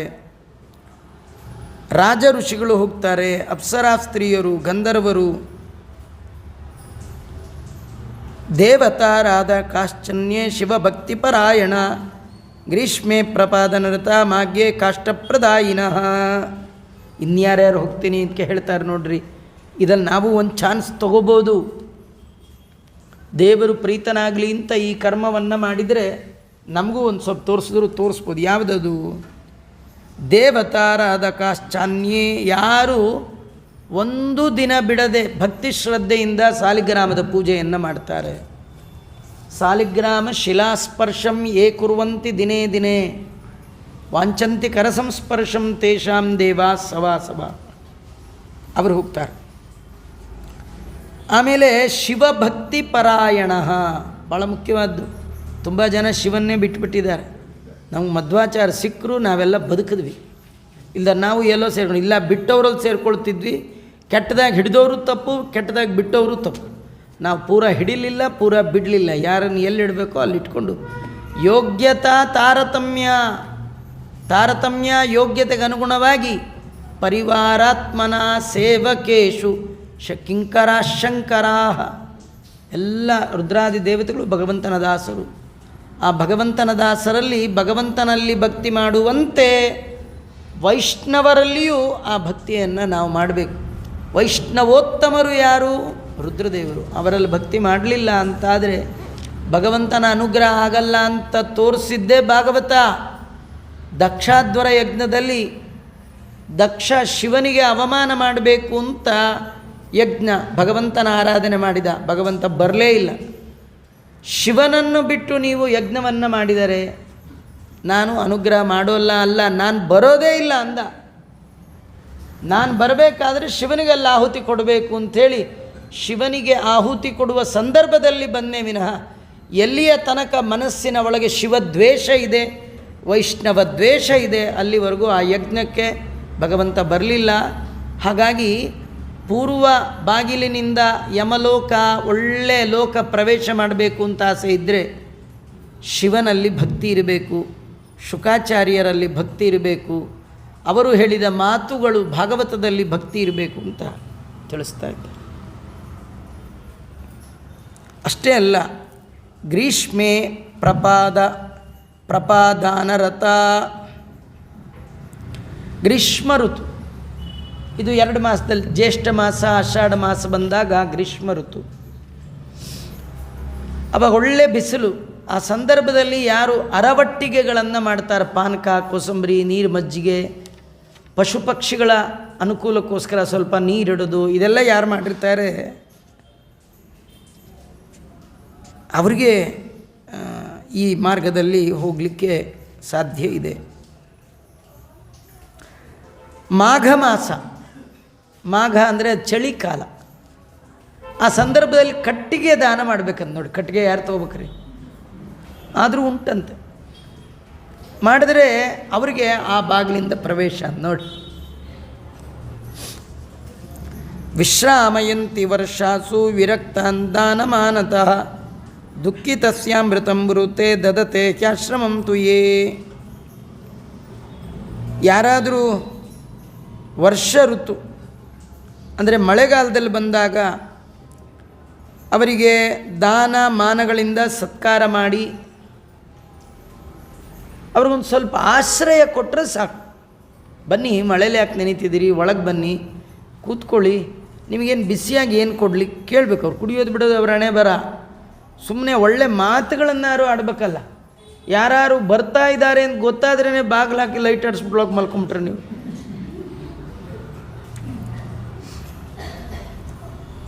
ಆಮೇಲೆ ನೋಡಿ, ದಾನ ಇಲ್ಲ, ಧರ್ಮ ಇಲ್ಲ, ಖರ್ಚಿಲ್ಲ, ಏನಿಲ್ಲ ರೀ. ಇಷ್ಟು ಈಸಿ ಮೆಥಡ್. ನೀವು ಈ ಪೂರ್ವ ಬಾಗಿಲಲ್ಲಿ ಹೋಗ್ಬೇಕಾದ್ರೆ ತುಂಬ ಈಸಿ ಒಂದಿದೆ. ಏನು ಗೊತ್ತಾ? ದುಃಖಿತಸ್ಯ ಅಮೃತಮೃತೆ. ದುಃಖದಲ್ಲಿರೋರಿಗೆ ಒಳ್ಳೆ ಮಾತಾಡ್ಬಿಟ್ರೆ ಸಾಕಂತ ಅವ್ರು ಪೂರ್ವ ಬಾಗಿಲಲ್ಲಿ ಹೋಗ್ತಾರೆ. ಏನಪ್ಪ ನಮ್ಮದೇನು ಖರ್ಚು? ಯಾರೋ ತುಂಬ ತೊಂದರೆ ಒಳಗಿದ್ದರು, ತಾಪತ್ರಯದಲ್ಲಿದ್ದರು, ನೀವು ಯಾಕೆ ಯೋಚನೆ ಮಾಡ್ತಾ? ದೇವ್ರಿದ್ದಾನೆ ರೀ, ನಿಮ್ಗೆ ಇವತ್ತಲ್ಲ ನಾಳೆ ಒಳ್ಳೇದಾಗದಿದ್ರೆ ಕೇಳಿ ನನ್ನ, ಹಂಗೆ ಅನ್ಬೇಕಂತ. ನೀವು ನನ್ನಿಂದ ಒಳ್ಳೇದಾಗತ್ತೆ ಅಂತ ಅನ್ಬೇಡಿ. ದೇವರಿದ್ದಾನೆ, ನೀವು ದೇವರನ್ನು ನಂಬಿದ್ದೀರಿ, ಇವತ್ತಲ್ಲ ನಾಳೆ ನಿಮಗೆ ಒಳ್ಳೇದು ಮಾಡ್ತಾನೆ. ಸ್ವಲ್ಪ ಕಷ್ಟದ ಕಾಲ, ಯಾಕೆ ಯೋಚನೆ ಮಾಡ್ತೀರಿ? ಹೀಗಂದರೆ ಅಮೃತದ ಮಾತಾಡಿದ್ರೂ ಸಾಕು, ಅವನಿಗೆ ಎಷ್ಟೋ ಭಾರ ಇಳಿಸಿದಾಗೆ, ಎಷ್ಟೋ ಸಾಂತ್ವನ ಮಾಡಿದ್ರೆ ಎಷ್ಟೋ ಒಂದು ಸಂತೋಷ ಆಗುತ್ತೆ. ಕೆಲವರು ಅವರೇ ದುಃಖದಲ್ಲಿದ್ದರೆ ಆಡ್ಕೊಳ್ಳೋದು ಬೇರೆ. ಹಾಗೆ ರೀ, ನೀವು ಮಾಡಬಾರ್ದು ಮಾಡಿದಿರಿ, ಈಗ ಅನುಭವಿಸಿ. ಹಂಗಂದ್ರೆ ಏನು ಮಾಡ್ಬೇಕ್ರಿ? ನಿಂಗೆ ಹಾಗೇ ಆಗಬೇಕು ಅಂತ ಕೆಲವು. ಅಲ್ಲ, ನಮ್ಮನ್ನು ಅಷ್ಟುಕೊಳಕೊಂಡ್ರೆ ದೇವ್ರು ನಿಮ್ಮನ್ನು ಬಿಟ್ಬಿಡ್ತಾನ ಅಂದರೆ ದೇವ್ರಿಗೆ ಇವ್ರು ಫೋನ್ ಮಾಡಿ ದೇವ್ರು ಆಯ್ತಪ್ಪ ಅಂಥೇಳಿ ಅವನಿಗೆ ಕಷ್ಟ ಕೊಟ್ಟವ್ರ ಥರ ಇವರು ನಾಟಕ ಮಾಡ್ತಿರ್ತಾರೆ ಅಲ್ವಾ? ನಾವೇ ಬಾರಿ ಸಜ್ಜನ, ನಮ್ಮನ್ನು ಗೋಳೈಕೊಂಡವ್ರು ಹೆಂಗಾಗತ್ತೆ ನೋಡಿ. ಹಿಂಗಂದ್ರೆ ಇನ್ನೂ ಹಾಳಾಗೋಗ್ಬಿಡ್ತೀರಿ. ದುಃಖಿತಸ್ಯ ಅಮೃತಂ ಬ್ರೂತೆ. ದುಃಖದಲ್ಲಿರುವವರಿಗೆ ನಿಮ್ಮ ಮಾತು ಶಕ್ತಿಯನ್ನು ಕೊಡುತ್ತೆ. ಮಾತಿನಿಂದ ಇನ್ನೇನಾಗಲ್ಲ, ಖರ್ಚೇನಾಗಲ್ಲ, ದುಡ್ಡಿಲ್ಲ, ಟ್ಯಾಕ್ಸ್ ಇಲ್ಲ, ಎಲ್ಲದಕ್ಕೂ GST ಇದೆ ರೀ, ಮಾತುಗೊಂದಿಲ್ಲ ಸದ್ಯ. ಅದಕ್ಕೂ ಇದ್ದಿದ್ರೆ ಮಾತಾಡ್ತಿರ್ಲಿಲ್ಲ ಯಾರು. ಪುರಾಣ ಅಂತ ಹೇಳೋ ಹಂಗೆ ಇಲ್ಲ. ಕೆಳಗಿಳಿವಾಗಲೇ GST ಕಟ್ಬಿಟ್ಟು ಇಳಿದ್ರೆ ಮಾಡಬೇಕು. ನಿಮ್ಮೆಲ್ಲರದು ಸೇರಿ ನಾ ಕಟ್ಟಬೇಕು. ದದತೆ ಖ್ಯಾಶ್ರಮಂತುಯೇ. ಅವರೆಲ್ಲ ಇಂತಹ ಉತ್ತಮವಾದ ಬಾಗಿಲಿನಿಂದ ಧರ್ಮರಾಜನ ಅರಮನೆಗೆ ಪ್ರವೇಶ ಮಾಡ್ತಾರೆ. ಆಮೇಲೆ ಇನ್ಯಾರ ಅಪೂರ್ವದ ಬಾಗಿಲಲ್ಲಿ ಹೋಗ್ತಾರೆ, ಅದನ್ನು ಹೇಳ್ತಾನೆ ಭಗವಂತ. ಸತ್ಯ ಧರ್ಮರತಾಯೇಚ. ಸತ್ಯಧರ್ಮ ಅಂದರೆ ನಮಗೆ ರಾಯರೇ ನೆನಪು ಬರುತ್ತಲ್ಲ, ಸತ್ಯಧರ್ಮರತಾಯಚ. ನಾವು ಅಸತ್ಯ ಅಧರ್ಮರತಾಯಚ, ನಮಗೂ ಶ್ಲೋಕ ಸರಿ ಹೋಗುತ್ತೆ, ಆ ಸೇರಿಸ್ಕೋಬೇಕಷ್ಟೆ. ಅಸತ್ಯ ಅಧರ್ಮರತಾಯಚ. ಸತ್ಯ ಅಂದ್ರೇನು? ಸತ್ಯ ಅಂದರೆ ಇನ್ನೇನು? ಸತ್ಯ ಅಂದರೆ ದೊಡ್ಡ ಡೆಫಿನೇಷನ್ ಏನಿಲ್ಲ ರೀ. ನೀವು ಆಡೋ ಮಾತು ಕೇಳಿ ಸಜ್ಜನರಿಗೆ ಸಂತೋಷ ಆದರೆ ಅದೇ ಸತ್ಯ. ನಿಮ್ಮ ಮಾತು ಇನ್ನೊಬ್ಬರಿಗೆ ಫೈರ್ ಬ್ರ್ಯಾಂಡ್ ಆಗಬಾರ್ದು. ನೀವು ಮಾತಾಡಬೇಡ, ನಂಗೆ ಮೈ ಉರಿದೋಗತ್ತೆ ಅಂತಂದರೆ ಸತ್ಯ ಇಲ್ಲ. ಅಂದರೆ ಕೆಲವ್ರಿಗೆ ಉರಿಯತ್ರಿ, ಏನೂ ಮಾಡೋಕ್ಕಲ್ಲ, ಅವ್ರು ಉರ್ಕೋಬೇಕು. ಆದರೆ ಸಜ್ಜನರಿಗೆ ಮೈ ನೋವು ಆಗಬಾರ್ದು. ಸಜ್ಜನರಿಗೆ ಒಳ್ಳೆಯದಾಗು, ಎಲ್ಲರಿಗೂ ಒಳ್ಳೆಯದಾಗೋ ಹಾಗೆ ಮಾತಾಡಲಿಕ್ಕಾಗಲ್ಲ. 4 ಜನಕ್ಕೆ ತೊಂದರೆ ಕೊಡ್ತಾ ಇದ್ದಾನೆ, ಇಡೀ ದೇಶಕ್ಕೆ ಹಾಳು ಮಾಡ್ತಾ, ಬಾಯಿಗೆ ಬಂದಂಗೆ ಬೈಬೇಕು, ಅವನಿಗೆ ಮನಸ್ಸಿಗೆ ನೋವಾಗಬೇಕು, ಅವನು ಹಾಳಾಗಿ ಹೋಗಬೇಕು. ಇದು ಭೀಮಸೇನ ದೇವ್ರ ಮತ. ಅದು ಭೀಮಸೇನ ದೇವರು ಫೈನಾನ್ಸ್ ಮಿನಿಸ್ಟರ್ ಆಗಿದ್ದು. ಅದೇ ಟೈಮಲ್ಲಿ ದುರ್ಯೋಧನಂದು ವರ್ಷಾಂತಕ ತಿಥಿ ಬಂತು. ಅವು ಧೃತರಾಷ್ಟ್ರ ಮಠಕ್ಕೆ ಬರ್ಸೋಕ್ಕೂ ರಸೀಟಿ ಹರಿಸ್ಬೇಕು, ಪೈಸಾ ಕೊಡು ಅಂತ ಧರ್ಮರಾಜನ ಕೇಳಿದ.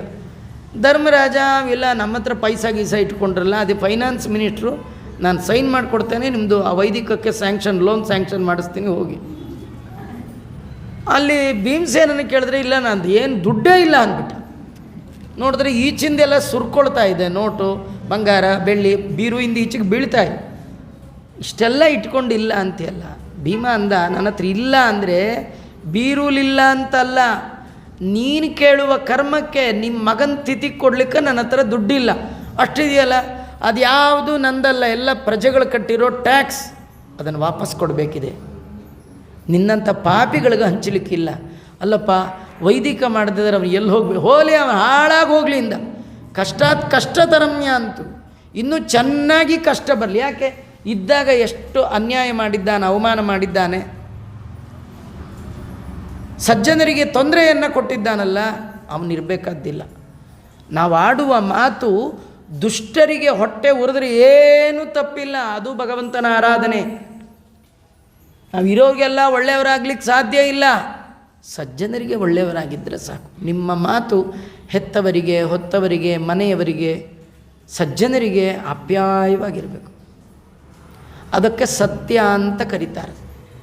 ಸತ್ಯಂ ಬ್ರೂಯಾತ್ ಪ್ರಿಯಂ ಬ್ರೂಯಾತ್ ನ ಬ್ರೂಯಾತ್ ಸತ್ಯಂ ಅಪ್ರಿಯಂ ಸತಾಂ ಹಿತಂ ತತ್ ಸತ್ಯಂ.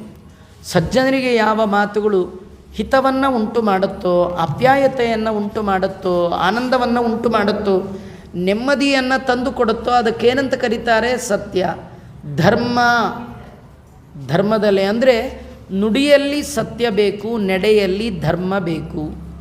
ಯಾರು ಜೀವನದಲ್ಲಿ ಧರ್ಮದ ನಡೆ ಅಂದರೆ ಭಾಗವತದ ನಡೆ, ಭಗವದ್ಭಕ್ತರು ಜೀವನದಲ್ಲಿ ತಮ್ಮ ಜೀವನವನ್ನು ಹೇಗೆ ನಿರ್ವಹಣೆ ಮಾಡ್ತಾರೆ ಆ ದಾರಿಯಲ್ಲಿ ನಾವು ನಡಿಬೇಕು, ಅದು ಧರ್ಮದ ನಡೆ. ಸಜ್ಜನರಿಗೆ ಹಿತವಾಗುವಂತಹ ನುಡಿ, ಇದು ಬಹಳ ಮುಖ್ಯವಾಗಿರ್ತಕ್ಕಂಥದ್ದು. ಸತ್ಯ ಧರ್ಮ ರಥಾಯೇಚ. ಆಮೇಲೆ ಇವರು ಹೋಗ್ತಾರಲ್ಲಿ, ಪೂರ್ವದ ಬಾಗಿಲಲ್ಲಿ ಹೋಗ್ತಾರೆ, ಅವರಿಗೆ ಯಮದೇವರೇ ಸ್ವಾಗತ ಮಾಡ್ತಾರೆ, ಭಾರೀ ಸನ್ಮಾನ ಮಾಡ್ತಾರೆ, ಒಳ್ಳೆ ಆಸನ ಕೊಟ್ಟು ಬರಬೇಕಪ್ಪ ನೀನು ಅಂತ ಕೂಡಿಸ್ಕೊಳ್ತಾರೆ, ಒಳ್ಳೆ ಮಾತಾಡ್ತಾರೆ. ಅಷ್ಟೇ ಅಲ್ಲ, ಕ್ರೋಧ ವಿವರ್ಜಿತ ಲೋಭ ವಿವರ್ಜಿತ. ಸಿಟ್ಟು ಬಿಟ್ಟವ್ರಿಗೆ ಇದೆಯಂತ್ರಿ ಅಲ್ಲಿ ಸೀಟು, ಅಂದರೆ ಕನ್ಫರ್ಮ್ ನಮಗಿಲ್ಲ. ಯಾಕಂದರೆ ನಾವು ಬಿಡೋಕ್ಕದು ನಮ್ಮ ಹತ್ರ ಅಲ್ಲ, ನಾವೇ ಸಿಟ್ಟೇ, ನಾವೇ ಸಿಟ್ಟು ಬಿಡಬೇಕಂತ್ರಿ. ಅಲ್ಲ, ನೀವು ಅಂದ್ಕೊಳ್ತಾಯಿರಿ, ಯಾವಾಗೂ ಅಂದ್ಕೊಳ್ತಾಯಿರಿ ಸಿಟ್ಟು ಬಿಡಬೇಕು ಅಂದ್ಕೊಳ್ಳಿ. ಅದು ಪ್ರಸಂಗ ಬಂದಾಗ ನಿಮಗೆ ಚುಚ್ಚತ್ತೆ, ಹೌದಲ್ವಾ ಅಂತ ಅನಿಸುತ್ತೆ. ಸಿಟ್ಟು ಬರಲಾರ್ದವ್ರು ಯಾರು ಇಲ್ಲ ರೀ. ಸಿಟ್ಟು ಬಂದದ್ದು ಗೊತ್ತಾಗಬಾರ್ದು. ಸಿಟ್ಟಿನಿಂದ ಉಂಟಾಗುವ ಅನರ್ಥಗಳಿಗೆ ಸಿಟ್ಟು ಕಾರಣ ಆಗಬಾರ್ದು. ಅಂದರೆ ಒಂದೇ ಕೆಲಸ, ಸಿಟ್ಟು ಬಂದಾಗ ಸುಮ್ಮನೆ ಆಗಿಬಿಡಿ, ಜಿಪ್ಪು ಹಾಕೊಂಡು ಹೇಳ್ಕೊಂಬಿಡಿ, ಬಾಯಿ ಮುಚ್ಚಿಬಿಡಿ. ತುಂಬ ಸಿಟ್ಟು ಬಂದಿದೆಯಾ ಮಾತಾಡಬೇಡಿ, ಗಾಯತ್ರಿ ಜಪವೋ ವಿಷ್ಣು ಸಹಸ್ರನಾಮೋ. ನೀವು ಸಿಟ್ಟು ಮಾಡಿಕೊಳ್ಳೇಬೇಕು ಅಂತ ಆಸೆ ಇದ್ದರೆ ಸಿಟ್ಟು ಮೇಲೆ ಸಿಟ್ಟು ಮಾಡ್ಕೊಳ್ಳಿ. ನನಗೆ ಯಾಕೆ ಬಂದೆ ನೀನು ಅಂತ ಸಿಟ್ಟಿನ ಮೇಲೆ ಸಿಟ್ಟು ಮಾಡೋದು ಕಲಿಬೇಕು. ನಾವು ಸಿಕ್ಕದವ್ರ ಮೇಲೆ ಸಿಟ್ಟು ಮಾಡೋದು ಕಲ್ತಿದ್ದೀವಿ. ಎಷ್ಟೋ ಜನ ಸ್ವಾಮಿಗಳ ಮೇಲೆ ಸಿಟ್ಟು, ಆಚಾರ ಮೇಲೆ ಸಿಟ್ಟು, ಅಪ್ಪನ ಮೇಲೆ ಸಿಟ್ಟು, ಅಮ್ಮನ ಮೇಲೆ ಸಿಟ್ಟು. ತೀರಾ ಅನ್ಯಾಯ. ನಮ್ಮ ಜೀವನದಲ್ಲಿ ನಾವು ಮಾಡುವ ಈ ಸಿಟ್ಟುಗಳು ನಮ್ಮನ್ನು ತುಂಬ ಹಳ್ಳಕ್ಕೆ, ಪತನಕ್ಕೆ, 84 ನರಕಗಳು, ಲಕ್ಷ ನರಕಗಳ ಬ್ರಾಂಚ್ಗೆ ಹಾಕುವಂಥದ್ದು. ಲೋಭ ಇರಬಾರ್ದಂತೆ. ದೇವರು ಕೊಟ್ಟಾಗ ಕೆರೆಯ ನೀರನ್ನು ಕೆರೆಗೆ ಚೆಲ್ಲಿ. ಕೆಲವರು ಕೆರೆ ಒಳಗೆ ಅರ್ಘ್ಯ ಪ್ರದಾನ ಮಾಡುವಲ್ಲ ಚೂರು ಹಿಂಗೆ ಅಂತ, ನಿಮ್ದೇನು ಗಂಟೆ ಆಯ್ತಪ್ಪ, ಏನು ನೀವು ಮನೆ ತಂದು ನೀರು ಹಾಕ್ತಾ ತುಂಬಿ ಬೊಗಸೆ ತುಂಬಿ ಬಿಡಿ. ಕೆಲವರು ಅಷ್ಟೊಳಗೆ ಕೇಶವಾಯಸ್ವ ಅಂದರೆ ಅಲ್ಲೇ ಹಂಗಂತೆ, ಬಾಯಿಗೆ ಬರೋದೇ ಇಲ್ಲ ನೀರು, ನದಿ ಒಳಗೆ ಹರಿತಿರುತ್ತೆ, ತೊಗೊಂಡು ಕುಡಿಬಾರ್ದೆ, ಹಿಂಗೆ ಅಲ್ಲೇ ನೀರಿದೆ, ನೀರಿಗೂ ಕೈಗೂ ಸಂಬಂಧ ಸುಮ್ಮನೆ ಹಿಂಗೆ ಅಂತಾರೆ. ಹೋದ್ಮೇಲೆ ಬಡ್ಕೋತಾರೆ, ಬಾಯಿ ನೀವೀಗೆ ಯಾಕೆ ಬಡ್ಕೋತಾರೆ, ಹುಚ್ಚುಚ್ಚು. ಹಾಗೆಲ್ಲ ಮಾಡಬಾರ್ದು, ಲೋಭ ಮಾಡಬಾರ್ದು. ದೇವರು ಕೊಟ್ಟು ನೋಡ್ತಾನೆ, ಕೊಡದೇನು ನೋಡ್ತಾನೆ. ಏನು ನೋಡ್ತಾನೆ? ನಿಮ್ಮ ಲೋಭತನ ಟೆಸ್ಟ್ ಮಾಡ್ತಾನಂತೆ. ದೇವರು ಕೊಟ್ಟಾಗ ಧೈರ್ಯವಾಗಿ ಕೊಟ್ಬಿಡಿ. ದೇವರು ಕೊಟ್ಟಿಲ್ಲ, ಏನು ಯೋಚನೆ ಇಲ್ಲ, ಕೊಟ್ಟಿದ್ರು ಕೊಡಬೇಕು, ಇಲ್ಲದೇ ಏನು ಕೊಡೋದು? ಇದೆಯಾ ಕೊಟ್ಬಿಡಿ. ಅಲ್ಲ, ನಾಳೆಗೆ ಅವನಿದಾನಲ್ಲ, ಯಾರು ಕೊಡುವ ಕರ್ತೃ, ಅವನು ಕೊಡ್ತಾನೆ. ಇವತ್ತು ನೀವು ದುಡ್ದದ್ದಕ್ಕೆ ಬಂದದ್ದಲ್ಲ, ದೇವರು ಕೊಟ್ಟದ್ದಕ್ಕೆ ನಿಮಗೆ ಸಿಕ್ಕಿದೆ. ಯಾಕಂದರೆ ನಿಮ್ಮಷ್ಟೇ ದುಡ್ದವರು, ನಿಮ್ಮಷ್ಟೇ ಓದ್ದವ್ರು ಇದ್ದಾರೆ, ಅವರಿಗೆ ನಿಮ್ಮಷ್ಟು ಸಿಕ್ಕಿಲ್ಲ. ನಿಮಗೆ ಸಿಕ್ಕಿದೆ ಅಂದರೆ ಅದು ಬರೀ ನಿಮ್ಮ ಎಫರ್ಟ್ ಅಲ್ಲ, ದೇವರ ದಯ. ಅದರಿಂದ ಆ ದೇವರ ದಯವನ್ನು ನೆನಪು ಮಾಡ್ಕೊಂಡು ಕೊಡಿ. ಲೋಭ ವಿವರ್ಜಿತ. ಇನ್ನೂ ನೋಡಿ, ತುಂಬ ದೊಡ್ಡ ಮಾತು. ಎಷ್ಟು ನಾವು ಗರುಡ ಪುರಾಣ ವರ್ಷಕ್ಕೊಂದು ಸತಿ ಕೇಳಿದ್ರೂ ಸಾಕು, ನೆನ್ಪಿಟ್ಕೊಳ್ಳುವಂಥ ಮಾತುಗಳು ತುಂಬ ಇದೆ. ಪಿತೃ ಮಾತೃಚ ಯೇ ಭಕ್ತ ಗುರು ಶುಶ್ರೂಷಣೆ ರಥ. ತಂದೆ ತಾಯಿಗಳ ಸೇವೆ ಮಾಡಿದವರಿಗೆ ಆ ಬಾಗಿಲಲ್ಲಿ ಭಾರಿ ಭರ್ಜರಿಯ ಸ್ವಾಗತ ಇದೆಯಂತೆ. ಎಷ್ಟೋ ಜನ ತಂದೆ ತಾಯಿಗಳಿಗೋಸ್ಕರ ತಮ್ಮ ಸುಖವನ್ನೇ ತ್ಯಾಗ ಮಾಡಿಬಿಟ್ಟಿರ್ತಾರೆ.